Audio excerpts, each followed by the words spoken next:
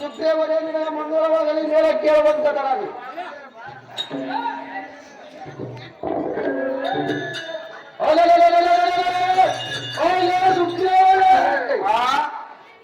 ಈಗ ಅದಕ್ಕೆ ಶಬ್ದವಾಗಲಕ್ಕೆ ಕಾರಣವೇನು?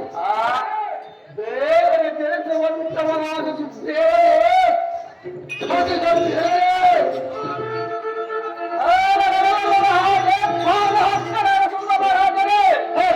ಈ ದಿನ ಬೇಟೆ ಹಾಡಲಕ್ಕೆ ಮಂದರ ಕರೋಟದರೆ ಕನ್ನಡದವರು ಬಂದು ಮೂಲಗಳು ಸಂವರ್ಷ ಬರ್ತಿರುವಾಗ ಭಾರತದಲ್ಲಿ ಒಂದು ವಿಚಿತ್ರವಾದ ಚಮತ್ಕಾರವನ್ನು ಕಂಡನ.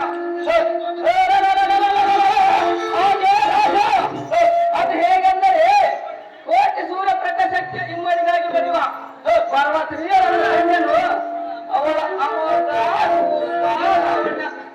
ಜಯಗಳು ಹೇಳಬೇಕಾದರೆ ಆ ಚಾಸ್ತ್ರದೋಳು ಆದಿಶೇಷನಿಗೂ ಅಸತ್ಯವಾಗಿರುವುದು. ಇಂಥ ಹಿಮಾಲಯ ಪರ್ವತದಲ್ಲಿ ಏಕಾಂಗಿಯಾಗಿ ಮಂಡಿಸಿದ ಕಾರಣವೇನು ರಾಜ?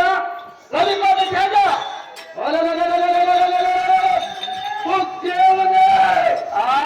ನೀನು ಹೇಳಿದ ಅಕ್ಷವ ಖಂಡಿತ ನಿಜವಿರುವುದು.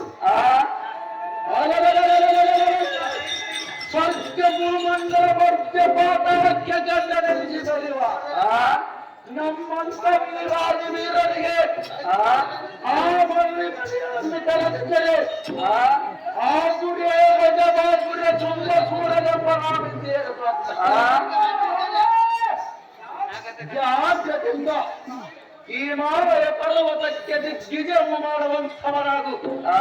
ಆ ಮಂಡಿತವನಲ್ಲಿ ಯಾರು ಆ ಕಾಮಿನಿಗೆ ಬೋಂಬಗಿಯಿಂದ ಹೇಳಿ ನಮ್ಮ ಹರಿರುವ ಕಾಮಧೇನು ಕಲ್ಪಲಕ್ಷ ಐರಾವತಾಚ್ಯಮಣಿ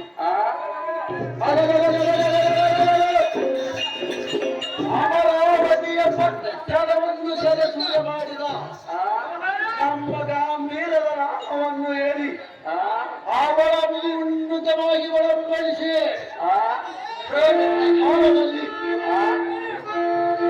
ರಾಜ್ಯಕ್ಕೆ ಕರೆದುಕೊಂಡು ಬರುವಂಥವನಾಗು. ಏನಿದೆಯೇ ಒಪ್ಪುಕೊಡುವೆ, ತಡ ಮಾಡದೆ ಹೋಗುವಂಥವನಾಗು.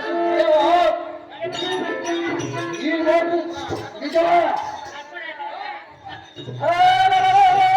ತುಂಬ ಮಹಾರಾಜರೇ, ತಪ್ಪದ ನಿಮ್ಮ ದಿವ್ಯಾತರ ಅಪ್ಪಣೆ ಪ್ರಕಾರ ಆ ಸುಂದರ ಮದನ ಮೋಹಿಣಿಯನ್ನು ಮಾತನಾಡಿಸಿ ಗೌರವದಿಂದ ಒಡಂಬಡಿಸಿ ಮಡಿಗೆ ಕರೆದುಕೊಂಡು ಬರನು. ಸುಂಬ ಸುರ ಸುಧಕರ